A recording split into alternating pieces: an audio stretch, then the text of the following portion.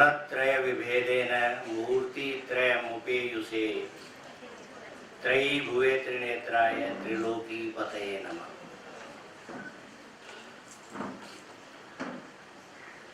परम सम्माननीयानां पद्म भूषण उपाधिधारिणां श्रीमतां श्रीराम सर्व महाभागानां स्मृति दिवसोद्य वर्तते।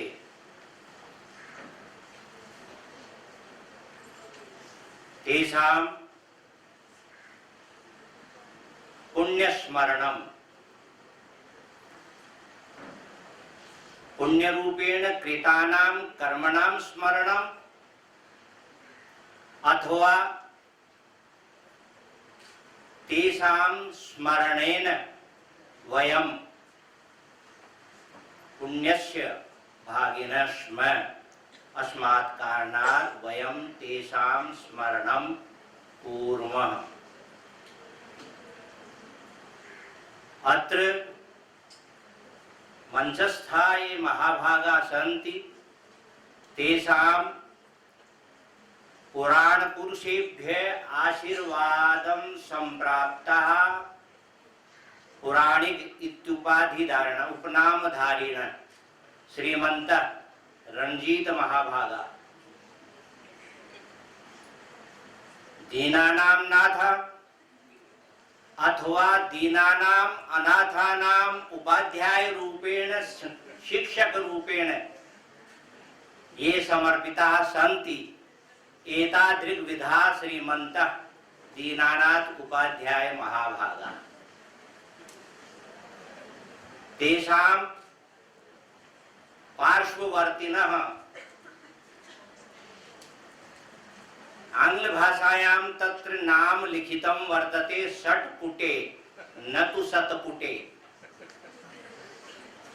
अस्मात् कारणात् पुटे संपुटे पात्रे शरीरे च यत्र षड् धातूनां समावेश खादयश्चेतना षष्ठा धातवः पुरुषः स्मृतः षड् धातूनां यत्र समावेशः वर्तते अथवा षड्दर्शनानां समावेशः आयुर्वेदेन सहित यत्र वर्तते एतादृग्विधा श्रीमन्तः षट्पुटे महाभागा।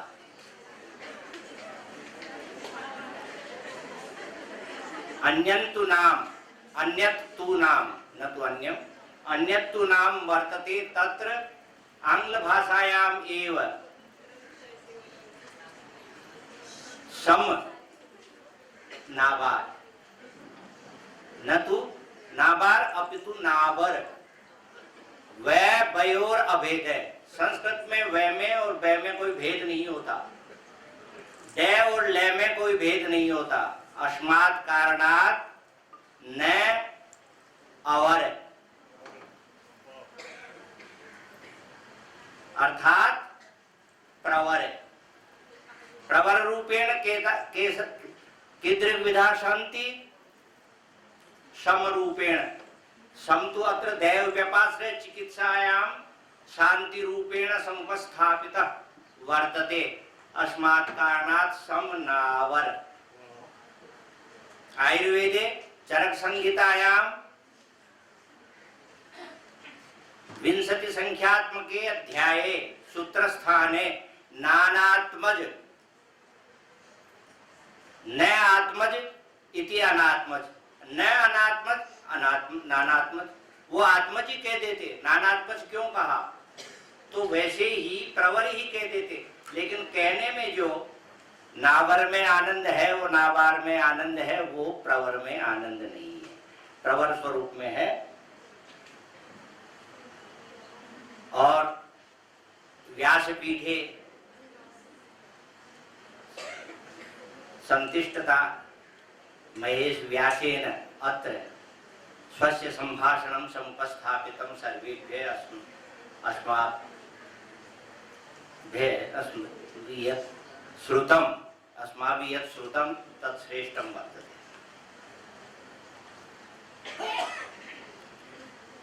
संस्कृत बड़ी सरल है, कहीं कोई कठिन नहीं है। प्रस्तुत करने का स्वरूप जो है उस तरह से होना चाहिए। हमारा संपूर्ण वाङ्मय संस्कृत में है। आज कहीं कहीं शास्त्रीय बातों में हम पिछड़ इसलिए रहे हैं कि हम संस्कृत नहीं जानते। मैं आज यहाँ इसलिए खड़ा हूं कि मैं संस्कृत जानता हूं, बहुत अच्छी नहीं जानता हूँगा। और क्यों खड़ा हूं कि आज की 41 वर्ष पहले सन 77 में एक जयपुर में सेमिनार थी और उस समय ये इस तरह के उपकरण नहीं थे। यद्यपि आचार्य चरक कहते हैं उपकरणवन्तस्यु, उपकरणवान बने, लेकिन उपकरण तो युग के अनुरूप जैसे जैसे आते हैं वैसे उपकरण आते जाएंगे। तो एक सेमिनार थी जयपुर में, मैं सेमिनार को एक पेपर प्रस्तुत करने के लिए उपस्थित हुआ। तो मैं उस समय बाल था, 29 वर्ष का। बाल कहते हैं अज्ञानी को, संस्कृत में बाल अज्ञानी को कहते हैं। और ज्ञान लव दुर्विदग्धता के आधार पर अज्ञान को एकदम प्रभावी बनाने के लिए मैंने सोचा कि संस्कृत में क्यों नहीं बोले, और संस्कृत में बोला। उस सभा में श्री राम जी शर्मा भी उपस्थित थे। यह मेरा पहला परिचय था।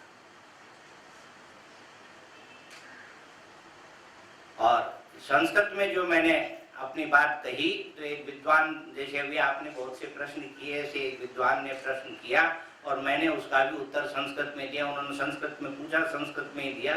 तो उनको इस बात की संतुष्टि हो गई कि इसने भाषण रटा नहीं है, बल्कि ये संस्कृत बोल सकता है।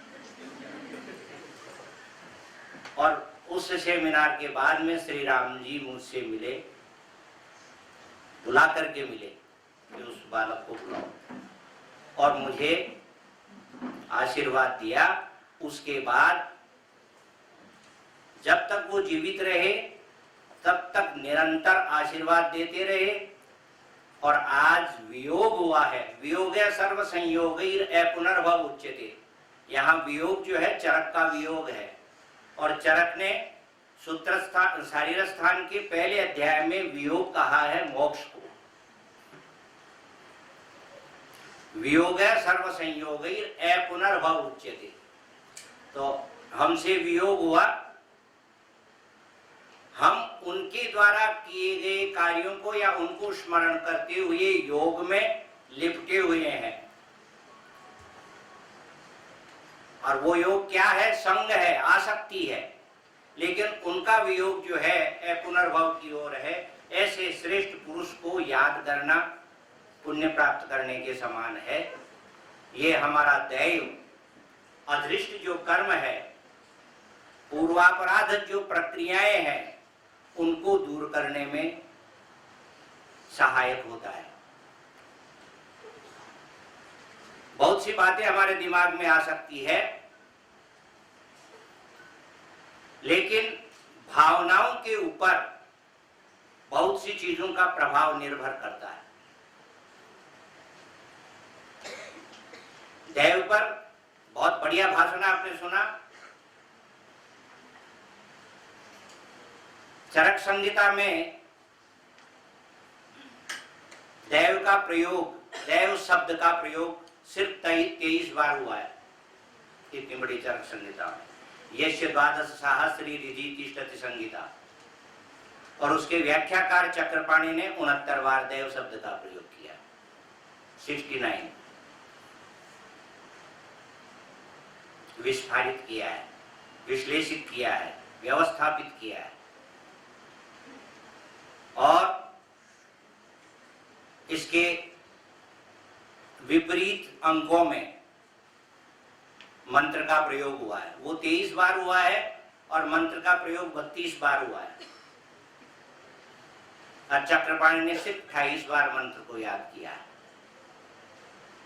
मंत्र का औषध स्वरूप सिर्फ 5 बार प्रयुक्त हुआ है। ये अनुसंधेय विषय है, किस किस स्थान पर आचार्य ने कौन कौन सी बात किस तरह से कही है। मणि का प्रयोग 53 बार हुआ है, 53 टाइम्स।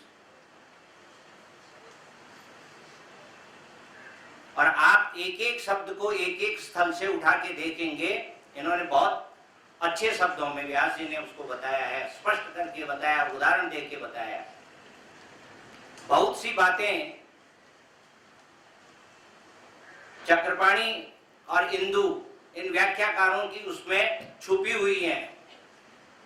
इंदु कहते हैं जठराग्नि के संयोग के बिना जो प्रभाव प्रदर्शित करता हो। आयुर्वेद के ज्ञान के साथ निष्णात, जहां तक मैं जानता हूं, और उसमें किसी का वैमत्य भी नहीं है, अशोक वैद्य जी बैठे हैं,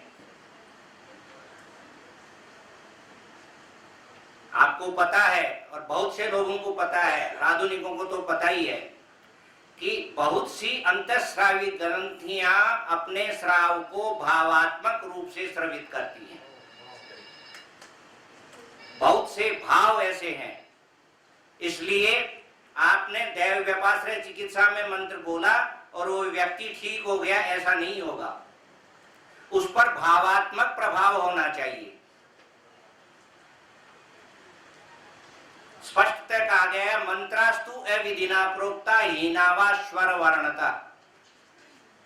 मंत्र यदि विधि पूर्वक नहीं कहे गए हों या स्वर और वर्ण में हीन कहे गए हों, उसका उदाहरण देख लीजिए कि बहुत बढ़िया तबला वादक या सारंगी वादक या अन्य कोई संगीतकार मंच पर अपनी प्रस्तुति दे रहा हो और सामने बैठे हुए व्यक्ति जो बिल्कुल नहीं समझते संगीत को, वो भी झूमते हैं। क्यों? भावात्मक तादात्म्य संबंध जो है उनमें स्थापित हो जाता है। और योग करते करते कई बार सीधा सिर खड़ा कर लेते हैं, वो ताल चूक जाता है। तो उनको पूछे कौन सी ताल चूक गई? भैया भाई हमको पता नहीं, पर मजा नहीं है।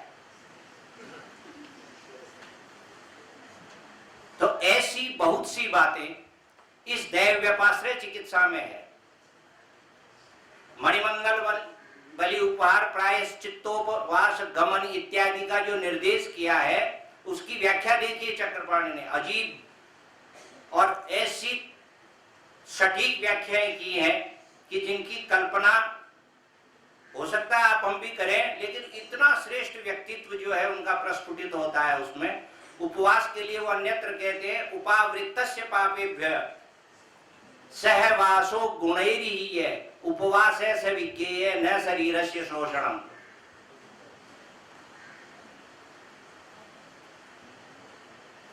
उपवास किया, कल चतुर्थी थी, बहुत से लोग, बहुत सी महिलाओं ने जो चतुर्थी का व्रत किया, और हर वक्त ध्यान उस चांद के उगने में और रसोई में से आने वाली सुगंध में अटका रहता है कि कब ये उगे और कब मैं आहरण करूं। किस तरह की भावनात्मक स्थिति है। तो कहते हैं शरीर का शोषण जो है इस तरह से करना वो नहीं, आप भावनात्मक तादात्म्य स्थापित करोगे तो उसका लाभ होगा।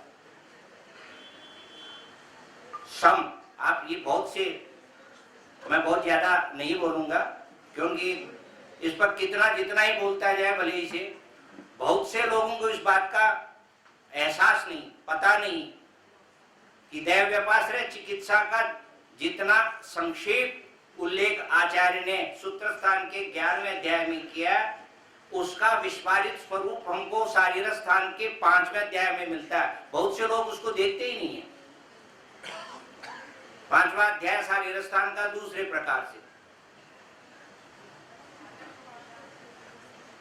उन्माद और उपस्मार की चिकित्सा यदि करते हैं तो वहां के आप जो है सिद्धांत देखते हैं, चिकित्सा सिद्धांत वहां है ही नहीं। वहां वाले चिकित्सा सिद्धांत सामान्य है तो सही।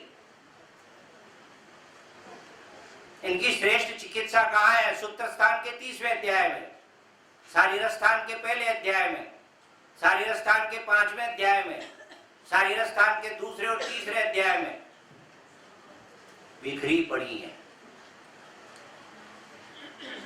षडंगम अंग विज्ञानम इंद्रियाण्यर्थ पंचकम आत्माश्च सगुणश्चेति, ये जो आचार्य ने निर्देश किया है वो हृदय दूसरा मानते हैं। उस पर बहुत बड़ी बहस हो सकती है, और उस बात को जब उन्माद का प्रसंग देखते हैं तो तैरप सत्वस्य मला प्रदुष्टा बुद्धेर निवासम हृदयम प्रदुष्य, केवल हृदय ही कह देते, बुद्धेर निवासम क्यों कहते हैं? और यही एक बुद्धि है जो दैव व्यापात्र चिकित्सा से प्रभावित हो सकती है। यद्यपि मुझे, मैं अधिकृत नहीं हूं उस व्याख्यान को देने के लिए, मैं तो अध्यक्ष हूं। और अध्यक्ष कौन होता है? अक्ष इंद्रियों को भी कहते हैं।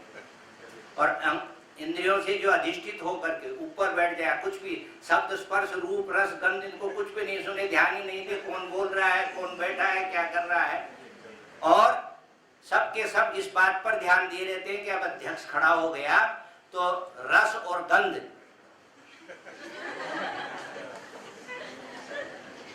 जो मिलने वाले हैं इसके बाद में, उसकी ओर सबका ध्यान होता है। इसलिए अनावश्यक रूप से व्याख्यान को अधिष्ठित करके, विस्तृत करके मैं उनमें व्यवधान नहीं बनना चाहता, लेकिन इतना अवश्य कहूंगा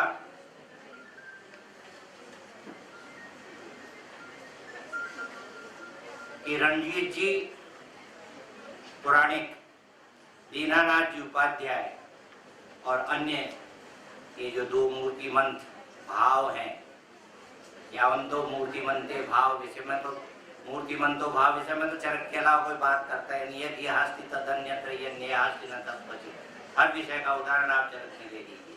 तो ये जो मूर्तिमंत भाव विशेष हैं, ये चतुर्नाम महाभूतानाम जो है एक संयोग दूसरे प्रकार का करते हैं, मानते हैं, और पांचवा महाभूत इन्होंने मिला दिया व्यास जी को। और मैं जाकर के बैठता हूं तो मैं अकिंचन हूं, लेकिन इनमें से कोई न कोई चैतन्य होकर के खादेश चेतना सष्टा क्षय हो गई। तो इस प्रकार का जो श्रेष्ठ मंच आज पुराणिक जी और दीनानाथ जी उपाध्याय ने उपस्थापित किया, श्रेष्ठ पुरुष को के संस्मरण का अवसर हमको दिया, और उस अवसर पर एक विशिष्ट स्थान प्रदान करके मुझ जैसे अकिंचन को अधिग्रहित किया। अधिग्रहित कैप्चर को कहते हैं। मैं उपकृत हूं, इसलिए उपकृत हूं कि श्री राम जी शर्मा और मुझे दोनों को जानने वाले बहुत सी व्यक्ति जानते हैं कि मुझ पर उनकी निस्वार्थ कृपा थी और मेरा उनकी ओर सस्वार्थ आकर्षण था, आदर था, अभिवादन था।